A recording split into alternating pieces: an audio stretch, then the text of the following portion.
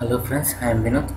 நம்ம இன்றைக்கி என்ன பார்க்க போகிறோம் அப்படின்னாக்கா, இபி பில்லை வந்து எப்படி ஆன்லைனில் பே பண்ணுறது அப்படின்றத பார்க்கலாம். ஓகேங்களா? ஃபஸ்ட்டு நம்ம வந்து கூகுள் போயிடுங்க. கூகுளில் வந்து டிஎன்இபி அப்படின்னு மட்டும் டைப் பண்ணுங்கள். ரீடிங் எதனாலும் டைப் பண்ணுங்கள். ஓகேங்களா? இப்போ ரீடிங் டீட்டெயில்ஸ் இதனாலையும் போங்க, அப்படி இல்லைன்னா டிஎன்இபி ஆன்லைன் பேமெண்ட் இது ரெண்டுத்தில் எதனாலையும் போகலாம். இப்போ வந்து நம்ம ரீடிங் டீட்டெயில்ஸ் போகிறோன்னு வச்சுக்கோங்க. இப்போ ஜஸ்ட்டு நம்மளது எவ்வளோ இபி பில் வந்திருக்குது அப்படின்னு மட்டும் தெரியணும்னா நீங்கள் இதுக்கு வரலாம். ஓகேங்களா? ஃபஸ்ட்டு வந்து போயிட்டு நீங்கள் டிஸ்ட்ரிக்டை செலக்ட் பண்ணுங்கள். நான் இப்போ வந்து வெள்ளூரை செலக்ட் பண்ணுறேன்னு வச்சுக்கோங்க. இப்போ உங்களோட இபி கார்ட்லேயே வந்து உங்களோட நம்பர் வந்து இருக்கும் 3 இதுக்கு முன்னாடி ஓகேங்களா? அது என்ன நம்பர்ன்றதை பார்த்து இதில் வந்து போடுங்க. இப்போ இந்த இபி கார்டில் வந்து இந்த நம்பர் இருக்குது. ஓகேங்களா? இப்போ அந்த இபி வந்து யார் நேமில் இருக்குது, எவ்வளோ அமௌண்ட்டு கட்டியிருக்காங்க, இப்போ கட்டியிருக்காங்களா இல்லையா, அந்த டீட்டெயில் எல்லாமே வந்து இதில் இருக்கும். ஓகேங்களா? போன மந்த்து இதுலேருந்து இந்த மந்த்து ரீடிங் எவ்வளோ யூனிட் ஓடி இருக்குது, இது எல்லாமே வந்து நீங்கள் இதில் செக் பண்ணிக்கலாம். இது வந்து ஃப்ரீ தான். இதுக்கு வந்து தனியாக நீங்கள் யூசர் ஐடி பாஸ்வேர்டு தேவையில்லை. ஓகேங்களா? இப்போ வந்து இந்த மந்த்து பில்லு வந்து பார்த்தீங்கன்னாக்கா 850 வந்துருக்குது. நம்ம இதை பே பண்ணணும் அப்படின்னு நினச்சிங்கனாக்கா இங்கே பே ஆன்லைன் அப்படின்னு கொடுங்க. அப்படி இல்லை அப்படின்னா ஜஸ்ட்டு பார்த்துட்டு மட்டும் போகணுன்னா இதில் பார்த்துருப்பாங்க. இப்போ வந்து நான் பே ஆன்லைனில் எப்படி பே பண்ணுறதுன்றதை பற்றி சொல்கிறேன். ஓகேங்களா? இப்போ பே ஆன்லைன்னு கொடுங்க. இப்படி கொடுத்தீங்கன்னாக்கா வந்து டிஎன்இபி நெட் டாட் இது வந்து ஓப்பன் ஆகும். இதுக்கு வந்து உங்களுக்கு இது வந்து யூசர் ஐடி வச்சுன்னு இருந்தீங்கன்னா பரவாயில்ல, வச்சுன்னு இருந்தால் நியூ யூசர் கொடுங்க.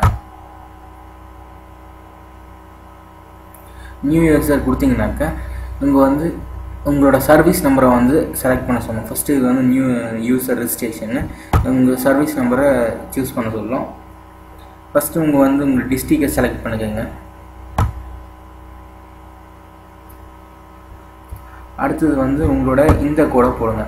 அதாவது உங்கள் இபி கார்டில் இருக்கிற கோடை வந்து இங்கே போடுங்க. இப்போ செக் டீட்டெயில்ஸ்னு கொடுத்தீங்கன்னா ஒரு ஃபார்ம் ஓப்பன் ஆகும். இது கன்ஃபார்ம், அது வந்து இந்த ரீடிங் நம்பர் வந்து இதில் தான் இருக்குதான்னு செக் பண்ணிக்கோங்க. அப்புறம் வந்து கன்ஃபார்ம் கொடுங்க. கன்ஃபார்ம் கொடுத்தீங்கன்னாக்கா இதில் ஒரு அப்ளிகேஷன் வரும். அந்த அப்ளிகேஷனை வந்து ஃபில்அப் பண்ணிவிடுங்க. அதாவது first name, last name, email ID, user name, password எல்லாமே வந்து நீங்கள் போட்டுட்டு டேட் ஆஃப் பர்த், ஜெண்டர் இது எல்லாமே வந்து போட்டுருங்க. போட்டுட்டு கடைசியில் சப்மிட் கொடுங்க. சப்மிட் கொடுத்தீங்கன்னா உங்களோட நீங்கள் எந்த இமெயில் ஐடி கொடுக்குறீங்களோ அதுக்கு ஒரு லிங்க் வரும். உங்கள் இமெயில் ஐடி கொடுக்குறீங்களா அந்த இமெயில் ஐடிக்கு வந்து ஒரு லிங்க் போகும். நீங்கள் சப்மிட் கொடுத்தீங்கன்னா அங்கே போய்ட்டு நீங்கள் கிளிக் பண்ணிங்கன்னா உங்களோட அக்கௌண்ட் வந்து ஆக்டிவேட் ஆகிடும். நான் ஆல்ரெடி வந்து இதை நான் ஆக்டிவேட் பண்ணிகிட்டு இருக்கிறேன். அதனால் வந்து எனக்கு வந்து இது தேவையில்லை ஆல்ரெடி. ஓகேங்களா? இப்போ நான் வந்து ஆல்ரெடி முன்னாடி இந்த இதை லாகின் பண்ணுறேன். ஆல்ரெடி வந்து என்னோடய யூசர் நேம் வந்து SNO.SS, இது இஸ் பாஸ்வேர்டு. இப்போ லாகின் கொடுக்குறேன். லாகின் ஆகிடுச்சு. இப்போ வந்து இதில் வந்து இதெல்லாம் நான் வந்து ஆல்ரெடி பே பண்ணது. இப்போ வந்து இந்த 850 பார்த்தேங்க இல்லைங்களா, இதை வந்து பே பண்ணணும். இது மட்டும் தான் பே பண்ணாது இருக்குது. இப்போ பே பில் அப்படின்றத கொடுக்கணும்.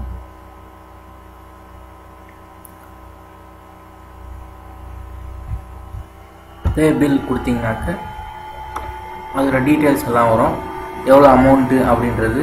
இப்போ பேமெண்ட் ஆப்ஷன் நீங்கள் வந்து எப்படி பே பண்ணுறீங்கன்ற ஆப்ஷன் இப்போ இது வந்து செக் பண்ணிக்கோங்க.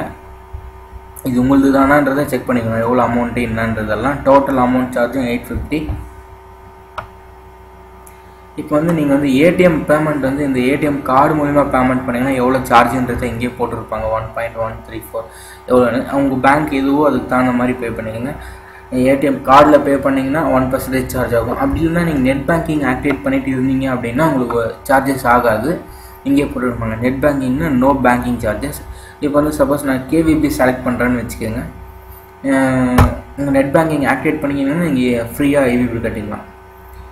திரும்பவும் நீங்கள் ஒரு டைம் வந்து செக் பண்ணிக்கோங்க. பே பண்ணுறதுக்கு முன்னாடி கன்சியூமர் நம்பரு, நேமு, பேங்க்கு, பில் அமௌண்ட்டு, பேங்கிங் சார்ஜஸ்ஸு இதெல்லாமே செக் பண்ணிக்கின்னு ஐ ஹாவ் ரீட் இது கொடுத்துட்டு கன்ஃபார்ம் பே கொடுங்க.